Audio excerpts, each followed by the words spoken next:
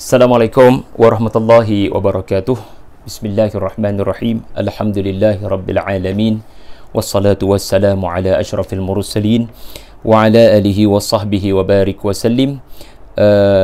Sempena 7 Ramadan Al-Mubarak, saya ingin berkongsi buku yang saya baca sempena 7 Ramadan Al-Mubarak, iaitulah buku Kisah Malaysia Berkurung yang diterbitkan oleh Jejak Tarbiyah dan ditulis oleh Al-Fadil Ustaz Abdullah Bukhari Abdul Rahim Al-Hafiz.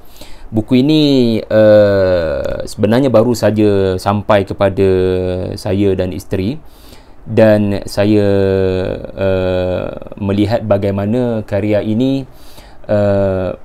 mampu untuk menyampaikan pedoman penting dari Al-Quran dan Sunnah ketika menghadapi wabak musibah COVID-19 dengan bahasa yang santai, dengan bahasa dan grafik yang mudah untuk difahami. Ya, jadi terima kasih dan tahniah kepada pihak JT dan kepada Al-Fadhil Ustaz Abdullah Bukhari, kerana mudah-mudahan karya ini boleh menjadi kenangan, ya, dan bukan sekadar kenangan lah, boleh menjadi rujukan kepada masa-masa mendatang seandainya Allah Ta'ala kembali menguji kita dengan musibah yang sama atau musibah yang hampir sama dengan apa yang sedang menimpa. Jadi saya mendapati antara kelebihan dan kekuatan yang ada dalam karya ini yang dihasilkan oleh penulis. Pertama sekali, penulis mengajar para pembaca agar dalam hal-hal pentafsiran Quran hendaklah berhati-hati, merujuk kepada hal ahli, jangan gopoh dan gelojoh, ya, pada mempercayai ataupun menyebarkan.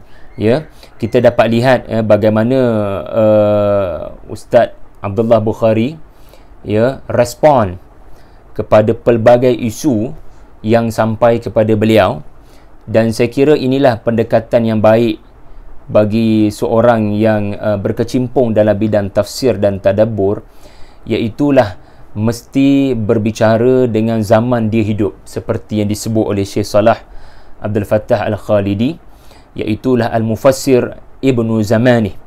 Jadi Ustaz Abdullah, antara kelebihan beliau adalah sangat responsif dan outspoken, ya, memberikan satu persatu petunjuk daripada Quran dan Sunnah dalam meniti hari-hari kita berada dalam perintah kawalan pergerakan ini. So buku ini sangat banyak isu-isu yang dijawab oleh Ustaz Abdullah Bukhari, ya, seperti penyalah tafsiran nas Quran angka 19 dalam Quran dikaitkan dengan COVID-19, bagaimana adanya, ya, sanitizer yang diruqyah, bagaimana kita berinteraksi dengan produk-produk yang dikaitkan dengan agama dan dikaitkan dengan nas-nas Al-Quran. Jadi Ustaz Abdullah Bukhari sangat menekankan dalam karya ini, ya, beliau bukan sekadar menekankan, beliau memberikan pentafsiran yang betul, apakah konteks yang betul. Dan dalam hal ini saya melihat sebagai pelajar ilmu munasabah Al-Quran, saya mendapati Ustaz Abdullah tidak mengenepikan aspek ini, iaitulah aspek meletakkan nas Al-Quran pada tempatnya. Ya, seperti apabila forward orang sebar tentang salamun qaulan min rabbir rahim, iaitulah pada halaman 26. Ya, jadi Ustaz Abdullah kata ayat 58 surah Yasin ini telah diviralkan kepada ramai masyarakat agar dibaca, ia berulang kali supaya dapat dihilangkan wabak ini. Jadi Ustaz menyantuni kita dengan katanya bahawasanya ya, ayat 58 ini ada kisah yang sebenar. Ya, ayat mengenai ucapan salamun qaulan mir rabbir rahim ini ada konteksnya. Ya, ada pentafsirannya. Jadi ustaz menjelaskan dalam buku ini, ya, apa yang dimaksudkan sebagai nikmat rohani yang dikecapi oleh ahli-ahli syurga, dibantu pula dengan keterangan-keterangan hadis dan ayat Quran. Jadi pencerahan begini penting dari sudut munasabah, ya, dan sikap mentakyinkan ayat Quran, sedangkan Nabi tidak sebut pun ayat-ayat tertentu apabila berdepan dengan musibah. Perkara ini perlu diperjelaskan dan Al-Fadhil Ustaz telah memperjelaskan.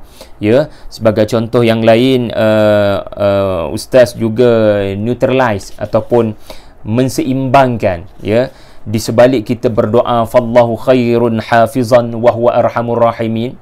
Ya, memang ini adalah satu doa yang baik sebenarnya, yang kalau kita viralkan pun ia adalah satu doa yang baik daripada Quran.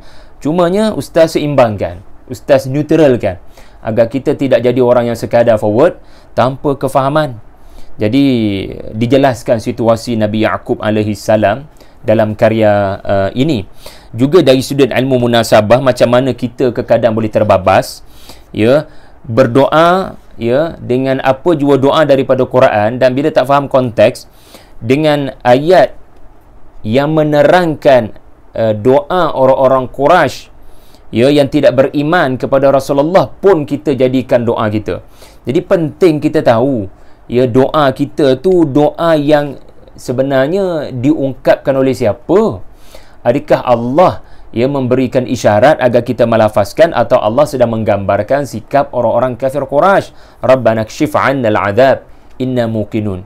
Jadi walaupun anda banyak membaca karya tulisan-tulisan Ustaz Abdullah di Facebook beliau ataupun dalam Telegram beliau, dalam WhatsApp grup pelajar-pelajar beliau, tetapi saya menyarankan agar kita dokumenkan apa yang Ustaz telah tulis dari hari ke hari, dari minggu ke minggu, menjawab persoalan ini untuk anak cucu cicit kita. Sebab anak cucu cicit kita bukan mudah pun nak cari balik apa yang Ustaz telah tulis di Facebook. Jadi buku ini, ya, saya tidak pasti berapa harganya, saya pun tak ingat masa beli, ya, sebab tidak dinyatakan di sini harganya, ya, tapi tuan-tuan bolehlah menjadikan karya ini sebagai salah satu karya untuk, ya, anak-anak kita ke depan ini, ya, boleh, ya, bukan sekadar bila nampak buku ni dia faham ayah mak dia pernah berdepan dengan musibah berkenaan Ramadan dalam Ramadan yang sangat berbeza, tetapi mereka ada pedoman dan petunjuk. Ya, pedoman dan petunjuk bagaimana syariat Islam menyusun atur kehidupan manusia apabila berdepan dengan musibah. Iza dhaqa ittasa'a. Ya, apa maksud kaedah berkenaan? Saya kira karya ini menampakkan kepada kita macam mana luasnya fiqh Islam, macam mana rahmatnya Islam ketika barangkali agama Yahudi, agama Nasrani tidak menonjol, tidak terkedepan, tak tahu mereka nak guna hujah mana, ya, pada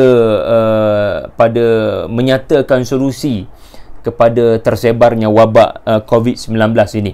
Ya, jadi satu persatu, ya, kita dipersembahkan, dan kepada anak-anak kita juga kalau memiliki karya ini, macam mana syariat Islam, macam mana rupa-rupanya ada hadis tentang mati syahid, ya, kelebihan, ya, orang-orang yang mati meninggal dunia ditimpa penyakit ta'un, juga banyaklah, ya, saya boleh katakan perkara-perkara yang kita terlepas pandang sebelum ini, tetapi akhirnya, ya, musibah yang terjadi menyebabkan kita zoom in kepada hadis-hadis seperti sallu fi rihalikum. Rupanya Nabi ada pernah menyebut tentang solatlah di rumah kamu kerana situasi-situasi tertentu. Juga adanya banyak doa-doa untuk mengelakkan daripada keburukan menimpa yang sebelum ini kita abaikan, tetapi kita sekarang boleh untuk beri perhatian dengan apa yang sudah disimpan dengan baik dalam buku ini. Jadi tuan-tuan, puan-puan sekalian, saya merumuskan ada 3 faktor kekuatan buku ini, PKP, iaitulah P adalah petunjuk daripada Quran dan Sunnah, walaupun tidak menyeluruh. Ya, saya fahami penulis menulis untuk siri yang pertama barangkali. Jadi banyak isu belum sempat ditackle, banyak kitab belum sempat dibelik. Tetapi sekurang-kurangnya ini adalah permulaan yang baik kepada bagaimana fiqh al-masaib, ya, bagaimana fiqh berinteraksi dengan musibah ini ada rupanya daripada khazanah Quran dan Sunnah Nabi. Ya, jadi anda akan temui macam mana ada dalam buku ini rupa-rupanya ada ayat Quran yang menyarankan kita bersedekah, ya, agar Allah keluarkan daripada musibah. Adanya doa-doa supaya PKP, stay at home ni, malaikat datang ke rumah kita. Jadi P yang pertama kekuatan buku ini adalah ustaz memang dalam bidangnya, iaitulah bagaimana Quran dan Sunnah menawarkan, ya, 1400 tahun dahulu Quran dan Sunnah Rasulullah sallallahu alaihi wasallam, ya, sudah, ya, memberikan formula-formula penting. Yang kedua adalah K. Ini bukan perintah kawalan pergerakan. K adalah karakter. Ustaz Abdullah Bukhari, penulis, banyak menegur karakter dan sikap segelintir kita, ya, apabila berhadapan dengan musibah ini. Sebagai contohnya, ya, tidak berfikiran saintifik, ya, tidak, makna kata takut Allah, tak takut COVID, sampai lupa yang dia boleh bagi bahaya kepada orang lain. Sedangkan dalam halaman 84, 85 dipaparkan kisah Maryam, kisah Nabi Zakaria yang mengisyaratkan bagaimana adanya fikir logik, fikir saintifik ini ada dalam kisah-kisah para anbiya. Sabar jari, ya, disentuh dalam halaman 66. Sabar jari, jangan cepat semua benda nak viral. Juga ada jiwa menghargai, jerih payah frontliner, ya, KKM pada halaman 87. Bagaimana sikap untuk jangan mudah terpedaya dengan ubat-ubat segera yang hanya didasarkan kepada mimpi jumpa Nabi. Dan juga saya kira satu benda yang juga nak Ustaz banyak sentuh adalah penting untuk melihat hikmah. Ya, Ustaz sendiri share macam mana unta liar dapat ditambat, yakni hafazan Quran dapat diperkukuhkan dengan tempoh duduk kat rumah ini. Juga banyak, ya, kebaikan kepada alam ini. Ya, alam ini sudah banyak cedera parah, kata Ustaz. Maka ini adalah tempoh di mana Allah beri kerehatan kepada alam ini, menerusi kita duduk di rumah. Banyaklah aspek-aspek karakter, pendek kata teguran, yang boleh kita peroleh daripada buku ini. Dan akhir sekali, saya kira saya telah sebutkan tadi macam mana pentafsiran nas memerlukan kaedah. Ya, banyak masyarakat awam yang apabila tidak tahu bagaimana untuk pentafsiran nas, pencerahan nas, maka dengan mudahnya boleh ditipu, dengan mudahnya boleh tersalah faham, dan dengan mudahnya Al-Quran diletakkan tidak pada nilai yang sepatutnya. Jadi petunjuk Quran Sunnah ada dalam buku ini, ya, dimemorikan. Dan yang kedua, karakter ketika menghadapi musibah juga ditegur. Dan bagaimana pentafsiran nas dibimbing oleh ustaz menerusi karya ini. Saya kira sebaiknya juga buku ini dapat diletakkan di hujungnya PKP tadi, atau apa-apa saja rumusan rakan-rakan pembaca, supaya jelas apa yang telah disebut oleh penulis, kaedah-kaedahnya, ya, apa yang perlu ada kepada contohnya kembali pada Quran Sunnah P tadi tu. Yang kedua, karakter, apa list yang membabitkan perubahan karakter yang mesti kita buat, dan bagaimana metodologi pentafsiran nas supaya kita menjadi orang yang berhati-hati. Ya, apabila orang kata ayat tu sebut 33, maka waqarna, ya, ataupun angka 19 yang saya sebutkan tadi. Jadi banyak, ya, perkara daripada karya ini yang tuan-tuan boleh dapat manfaat.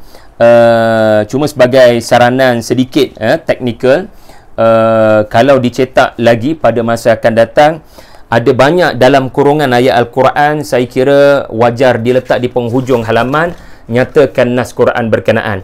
Saya dapati banyak Ustaz Abdullah Bukhari menyebut dalam kurungan ayat Quran ayat mana dan tidak disebut dalam halaman yang disebut dalam kurungan berkenaan, saya fahami supaya dapat fokus kepada poin yang lebih utama, tetapi sebaiknya adalah hasyiah ataupun hawamish di belakang buku yang menyatakan ayat Quran yang disebut oleh penulis tadi, supaya sebab ada pembaca dia nak tahu ayat tu tanpa buka Quran, tanpa buka terjemahan Quran, terus boleh buka kat belakang tanpa mengganggu mesej utama daripada penulis.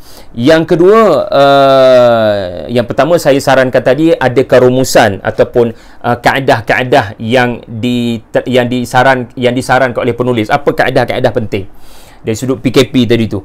Ya, yang kedua saya sarankan agar hawamish ataupun hasyiah mengenai ayat Quran diadakan. Dan yang ketiga, kalau saya boleh sarankan, Al-Fadhil Ustaz dapat menulis 2.0 kisah Malaysia Berkurung, kerana saya merasakan banyak lagi isu yang saya sendiri tak mampu nak tulis, ya, tetapi Ustaz boleh menulis dan ada barangkali masa dan kemampuan untuk menulis. Sebagai contoh, barangkali saya sebagai pembaca tertanya-tanya, adakah mal farqu baina ta'un wal waba'? Sebab mati syahid itu ada kaitan dengan ta'un. Adakah wabak COVID ini adalah juga ta'un ataupun boleh dikiaskan dengan ta'un, atau ia sesuatu yang berbeza? Ya, barangkali boleh penulis Al-Fadhil Ustaz ataupun bekerjasama dengan mana-mana penulis yang ada masa untuk menulis untuk menjawab isu-isu seperti itu. Juga saya sarankan prinsip-prinsip penting apabila menghadapi musibah dapat dikongsikan dalam karya-karya seperti ini, seperti doa Nabi Ayub alaihi salam, ya, doa Nabi Yunus alaihi salam. Itu antaralah yang boleh dimasukkan lagi dalam 2.0. Juga saya teringatlah ni, tapi tak sempat nak tulis. Dalam Al-Quran ada cerita yang dikaitkan dengan sakit ta'un ini.